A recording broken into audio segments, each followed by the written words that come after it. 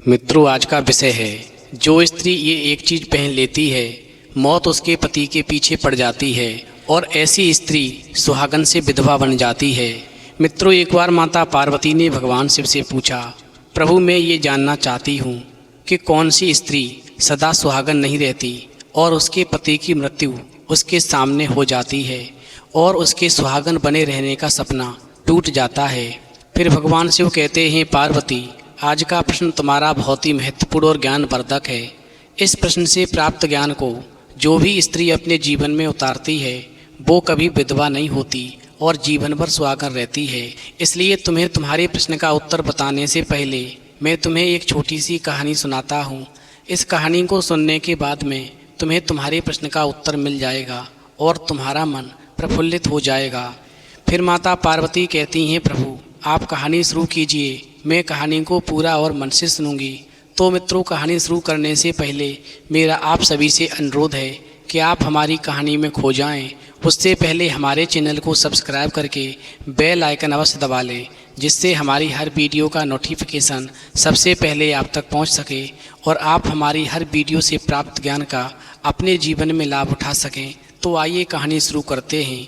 भगवान शिव कहते हैं, पार्वती एक राज्य में एक राजा राज्य करता था। वो बहुत ही न्यायप्रिय राजा था। पूरी प्रजा उससे बहुत खुश थी। उसका एक बेटा था जो बहुत ही सुंदर था।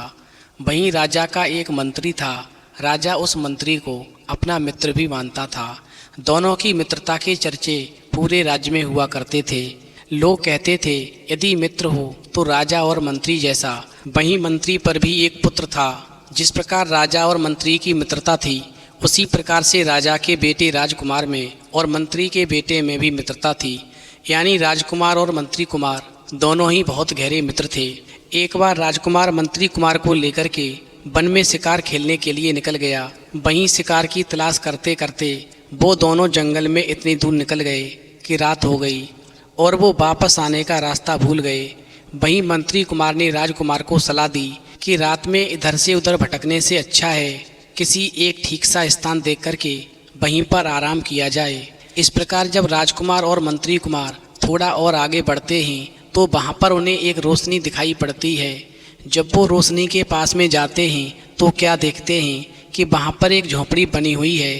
इस प्रकार राजकुमार और मंत्री कुमार उस झोंपड़ी के अंदर प्रवेश करते हैं तो उसमें एक दीपक जल रहा था। फिर वो दोनों उसी झोंपड़ी में एक कंबल बिछा करके लेट जाते हैं। उधर जैसे ही वो दोनों लेट जाते हैं तो राजकुमार की नज़र जैसे ही ऊपर की तरफ जाती है तो राजकुमार को एक सोने का हार नज़र आता है। फिर तो राजकुमार उस सोने के हार को जैसे ही उतारता है तो देख करके एकदम से बहुत प्रसन्न होता है कि ये तो बहुत ही कीमती और खूबसूरत हार है। ऐसा हार तो मैंने आज तक कभी नहीं देखा। निश्चित ही ये हार किसी सुंदर राजकुमारी का होगा। खैर, जिस दिन मेरी शादी होगी तो यही हार मैं अपनी होने वाली पत्नी को पहनाऊंगा। भगवान शिव कहते हैं, पार्वती और फिर ऐसा सोच कर के राजकुमार ने वो हार जो था एक थैले में रख लिया और दोनों आराम से सो गए। उधर जब सुबह हुआ और राजकुमार और मंत्री कुमार की आँख खुली, फिर वो दोनों घोड़े पर सवार होकर के जंगल में आगे के लिए निकल गए। वहीं आगे चलते चलते दोनों एक सरोवर के किनारे पहुंच गए, जहां पर बहुत ही सुंदर राजकुमारी स्नान कर रही थी और उस राजकुमारी ने अपने गले का हार और अपने वस्त्र सरोवर के किनारे रख दिए थे। इधर तो राजकुमार और मंत्री कुमार का उस सरोवर पर पहुंचना हुआ और उधर एक चील उड़ती हुई आई जो राजकुमार का हार उड़ाकर अपने साथ में ले गई। वहीं राजकुमारी ने हार छीनने का पूरा प्रयास किया, लेकिन वो असफल रही और उदास होकर के सरोवर के किनारे बैठ गई। भगवान शिव कहते हैं, पार्वती वहीं राजकुमार और मंत्री कुमार जैसे ही सरोवर पर पहुँचे और राजकुमारी को उदास देखा तो राजकुमार राजकुमारी से कहने लगा, आप इतनी सुंदर हैं फिर उदास क्यों हैं? तो राजकुमारी ने कहा, हे राजकुमार, मेरा एक बहुत ही सुंदर सोने का हार था जो एक चील उड़ा करके ले गई, बस मैं इसीलिए उदास बैठी हूँ। इधर राजकुमार जो था उस राजकुमारी पर मोहित हो गया। वहीं राजकुमारी भी राजकुमार की सूरत पर मोहित हो गई और फिर राजकुमार बोला, यदि तुम्हारा हार मैं वापस लाकर दे दूं तो तुम मुझे इनाम में क्या दोगी? वहीं राजकुमारी कहने लगी, यदि आप मेरा हार वापस लाकर दे दें तो आप मुझसे जो भी मांगोगे मैं आपको वही दूंगी। फिर तो राजकुमार ने राजकुमारी से तिरवाचा भरवाई और वचन लेने के बाद में चील को ढूंढते ढूंढते एक ऐसे पेड़ के पास में पहुंच गए जहां पर उस चील का घोंसला था और वो हार जो था उसी घोंसले में लटक रहा था। भगवान शिव कहते हैं पार्वती चील उस समय पर घोंसले में नहीं थी। वहीं मौका पाकर के राजकुमार ने वो हार चील के घोंसले से निकाल लिया और हार को लेकर के राजकुमारी के पास आया। वहीं राजकुमारी से बोला ये रहा आपका हार। वहीं राजकुमारी बोली आपने अपना वादा पूरा किया, अब आप मांगो क्या मांगते हो। वहीं राजकुमार कहने लगा हे राजकुमारी तुम मुझे बहुत पसंद हो, तुम मेरा हाथ थाम लो, मैं तुम्हारे साथ में शादी करना चाहता हूँ, तुम्हें जीवन भर सुख दूंगा और बहुत खुश रखूंगा। वहीं राजकुमार की बात को सुनकर के राजकुमारी कहने लगी यदि तुम मुझे मेरे इस हार से भी खूबसूरत एक सोने का हार लाकर दे दो तो मैं तुम्हारे साथ में शादी कर लूँगी। फिर तो राजकुमार बोला ठीक है और राजकुमार ने अपने थैले में से निकाल करके जैसे ही झोंपड़ी से मिला हुआ हार उस राजकुमारी के हाथों में दिया। फिर तो राजकुमारी उस सोने के हार को देख करके पागल सी हो गई और कहने लगी राजकुमार वास्तव में ये हार कितना सुंदर है, मैंने तो आज तक इतना सुंदर हार किसी भी राजघराने की औरत को पहने नहीं देखा है। भगवान शिव कहते हैं पार्वती इस प्रकार राजकुमारी राजकुमार को अपने साथ लेकर के राजमहल में पहुंची और अपने पिता यानी राजा से जाकर के राजकुमार के साथ शादी करने की इच्छा जताई। वहीं राजकुमार इतना सुंदर था कि उसकी सुंदरता पर राजा भी मोहित हो गया और अपनी बेटी यानी राजकुमारी की शादी उस राजकुमार के साथ में कर दी और फिर राजकुमार का दिया हुआ हार उस राजकुमारी ने पहन लिया। फिर तो राजकुमारी बहुत ही खूबसूरत लगने लगी। वहीं राजकुमार और राजकुमारी का विवाह हो जाने के बाद में मंत्री कुमार ने कहा हमें घर से निकले हुए 14 वर्ष से भी अधिक हो गए, हमारे माता पिता दुखी होंगे, अब हमें अपने राज्य में लौटना चाहिए। और फिर उसी दिन राजकुमार राजकुमारी और मंत्री कुमार जो थे अपने राज्य की ओर लौट पड़े। रास्ता बहुत लंबा था, चलते चलते राजकुमारी और राजकुमार थक गए। वहीं मंत्री कुमार ने उनके आराम की व्यवस्था एक वृक्ष के नीचे कर दी। उधर जब राजकुमार और राजकुमारी वृक्ष के नीचे सो रहे थे तो वृक्ष पर 2 पंछी भी कहीं से आकर बैठ गए। वो आपस में कुछ बातें करने लगे। वहीं मंत्री कुमार बुद्धिमान तो था ही, साथ ही पक्षियों की भाषा को भी समझता था। वहीं वृक्ष पर बैठे दोनों पक्षी जब आपस में बातचीत करने लगे तो मंत्री कुमार ने सुना एक पंछी कह रहा था कि मंत्री कुमार और राजकुमार एक दूसरे को प्यार तो खूब करते हैं परंतु कल इन दोनों का साथ छूट जाएगा। वहीं दूसरे पंछी ने पूछा वो कैसे, तो पहले पंछी ने बताया यहाँ से चलकर राजकुमार जब अपने राज्य में पहुँचेगा तो राजा इसकी सवारी के लिए हाथी भेजेगा और उस हाथी पर चढ़कर राजकुमार जब महल की ओर जाने लगेगा तो हाथी इसे पटक कर मार डालेगा। वहीं दूसरे पंछी ने कहा ये तो बड़े ही दुख की बात है, क्या किसी तरह से राजकुमार के प्राण नहीं बच सकते हैं।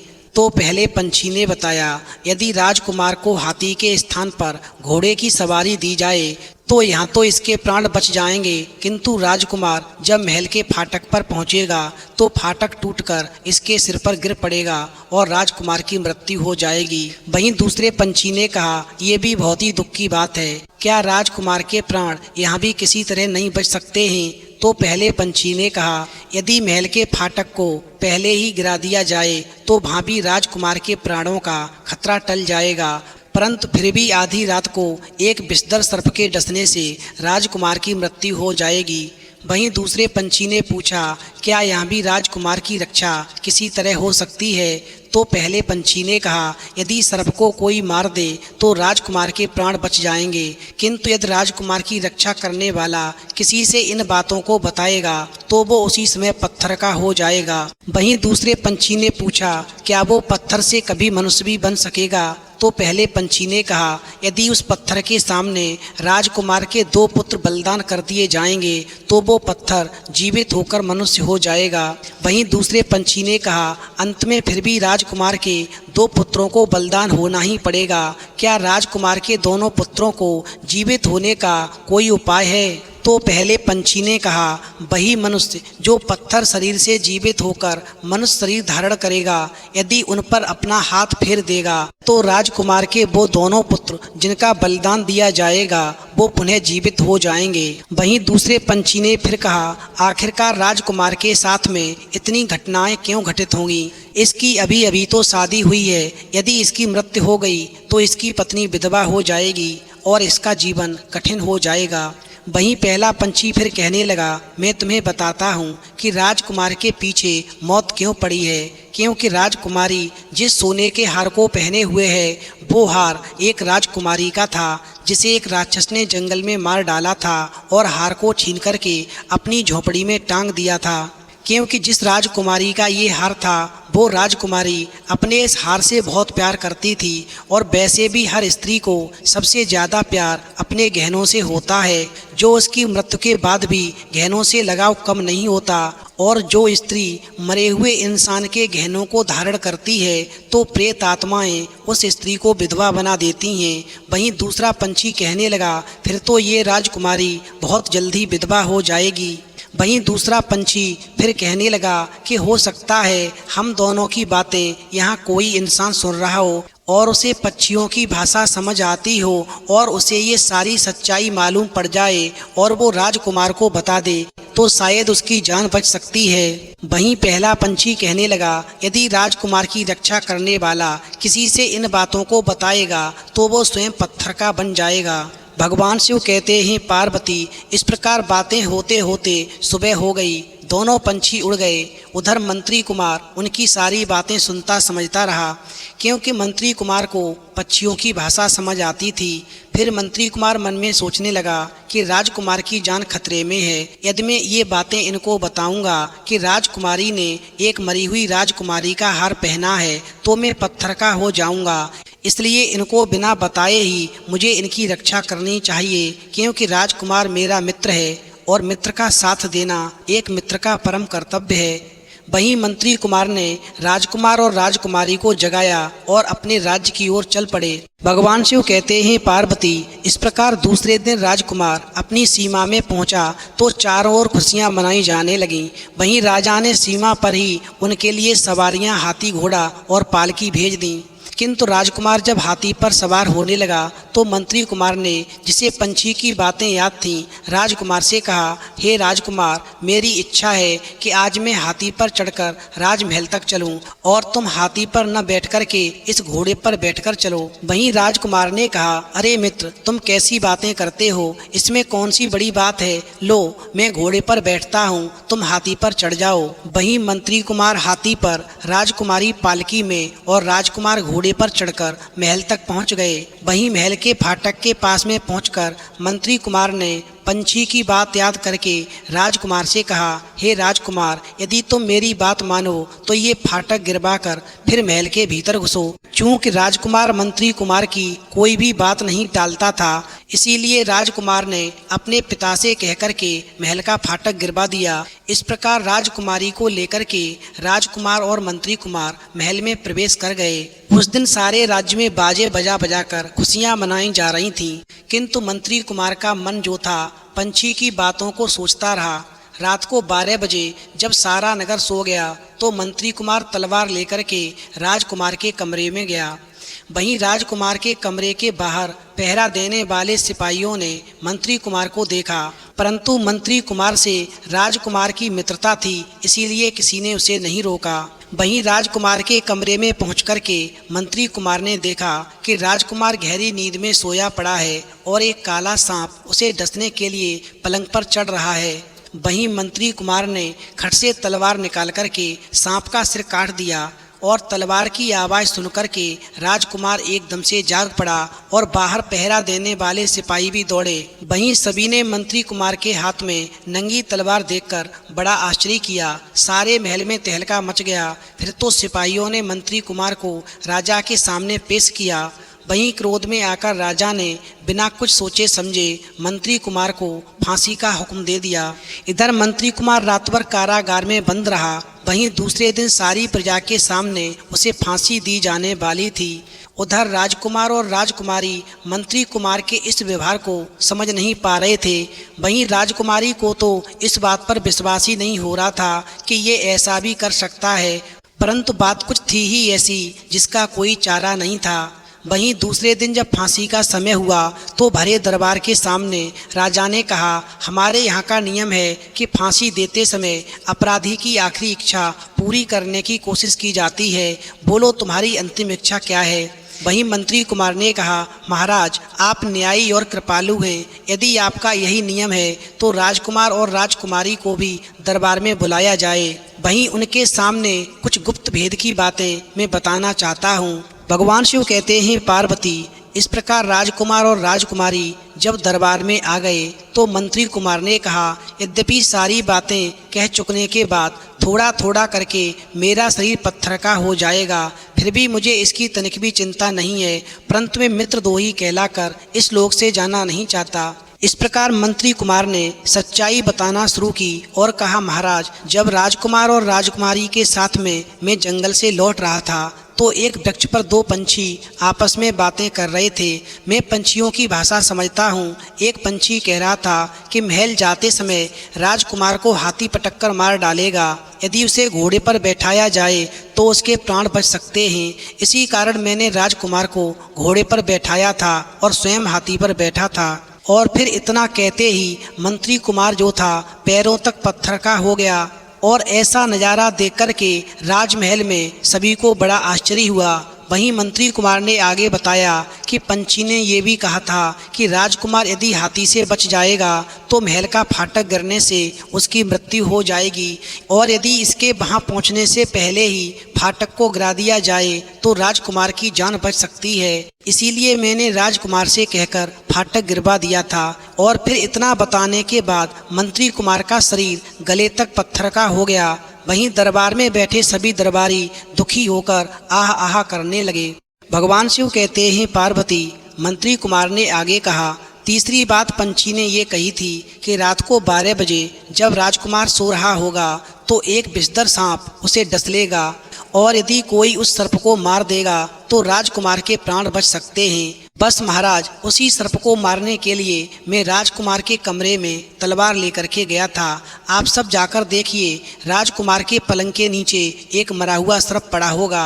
और ये सारी घटनाएं इस सोने के हार की वजह से घटी हैं जो तुम्हें झोंपड़ी में मिला था, और तुमने ये हार इस राजकुमारी को पहनाया है। ये हार किसी मरी हुई राजकुमारी का है जिसे अपने इस हार से बहुत प्यार था और आज भी है, इसीलिए इसकी प्रेत आत्मा तुम्हारे पीछे मौत बनकर पड़ी है। मैंने पंछी से सुना था यदि ये सब बातें राजकुमार की रक्षा करने वाला किसी को बताएगा तो वो पत्थर का हो जाएगा, इसीलिए मैं बताना नहीं चाहता था। चूँकि मैंने सच्चाई तुम्हें बता दी है इसलिए अब मैं पत्थर का हो जाऊंगा। और इतना कहने के तुरंत बाद ही मंत्री कुमार का पूरा शरीर पत्थर का हो गया।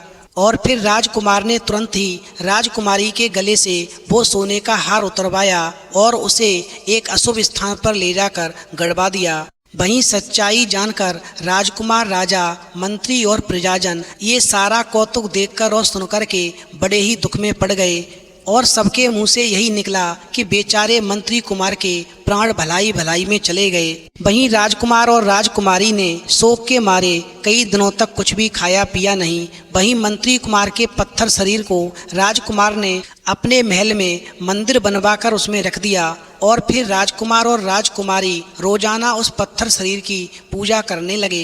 इसी प्रकार बहुत दिन बीत गए। वहीं राजकुमार के 2 पुत्र भी उत्पन्न हुए, वो भी मंत्री कुमार के पत्थर शरीर की रोजाना पूजा करने लगे। भगवान शिव कहते हैं, पार्वती इस प्रकार एक दिन राजकुमार जब पत्थर शरीर की पूजा कर रहा था तो मंत्री कुमार प्रकट होकर बोला, हे राजकुमार यदि तुम मुझे निरपराध समझते हो और चाहते हो कि मैं फिर से जीवित हो जाऊं तो तुम अपने दोनों पुत्रों का बलिदान मेरे सामने कर दो, जिससे मैं पुनः पत्थर से इंसान बन जाऊंगा। वहीं राजकुमार मंत्री कुमार की ये बात सुनते ही राजकुमारी के पास गया और बोला, मंत्री कुमार आज स्वयं प्रकट होकर मुझसे कह रहा था कि यदि तुम मुझे निरपराध समझते हो और चाहते हो कि मैं फिर जीवित हो जाऊं तो तुम अपने दोनों पुत्रों को मेरे सामने बलिदान कर दो। बताओ तुम्हारा क्या विचार है। वहीं राजकुमार की बात सुनकर के राजकुमारी ने कहा कि मंत्री कुमार ने मेरे और तुम्हारे दोनों के प्राण बचाए हैं, इसलिए उनके प्राण बचाने के लिए हम अपने प्राणों से भी प्यारे दोनों पुत्रों को अर्पित कर देंगे। और फिर उसी समय राजकुमार और राजकुमारी ने अपने दोनों पुत्रों का मंत्री कुमार के पत्थर शरीर के सामने बलिदान कर दिया। वहीं मंत्री कुमार पुनः जीवित हो गया और फिर उसने राजकुमार और राजकुमारी को धन्य धन्य कहा और फिर उसके दोनों बच्चों के ऊपर अपना हाथ फेरा और फिर हाथ फेर करके उनके दोनों पुत्रों को पुनः जीवित कर दिया। जैसा कि पंछी ने बताया था कि पत्थर के बाद में जो भी पुरुष प्रकट होगा वो यदि मरे हुए बच्चों पर अपना हाथ फेरेगा तो वो दोनों पुत्र पुनः जीवित हो जाएंगे। और फिर वैसा ही हुआ, राजकुमार के दोनों पुत्र जीवित हो गए।